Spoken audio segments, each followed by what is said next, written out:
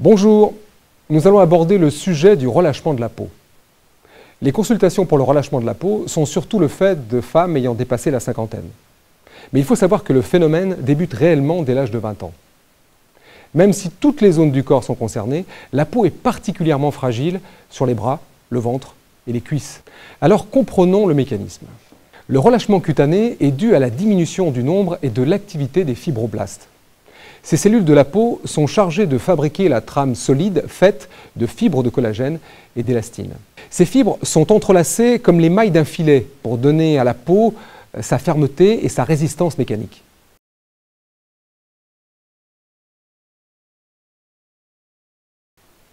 Pour lutter contre le relâchement, nous recommandons évidemment les quelques règles habituelles de prévention.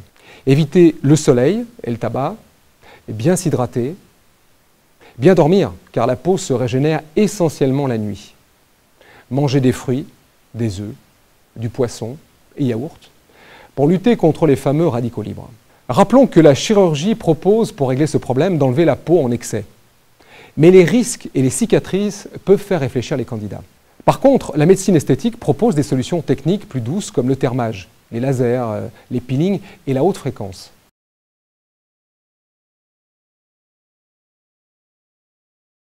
Pour ce qui nous concerne, nous proposons le protocole de soins qui va reproduire les principes d'action de la médecine esthétique, mais que l'on peut utiliser seul, chez soi. Nous avons retenu la technique basée sur l'utilisation des argiles thermominérales qui vont être appliquées sur la peau relâchée après avoir été chauffée. Des actifs tenseurs sont mélangés à ces argiles. Ensuite, des crèmes réparatrices sont utilisées dans l'intervalle des séances de soins. Pensez à bien suivre les protocoles que vous donnent nos experts et regardez les vidéos de démonstration pour bien reproduire les gestes. Ils sont en général simples, mais il faut les faire parfaitement. Pour finir, les améliorations s'observent en règle générale à chaque séance, même si la progression est lente, puisqu'elle se fait par millimètres. Donc le conseil est de bien s'observer à chaque séance, juste avant, pour pouvoir se faire plaisir après la séance en constatant l'évolution. On sera toujours plus sérieux et persévérant si l'on a pu observer les améliorations.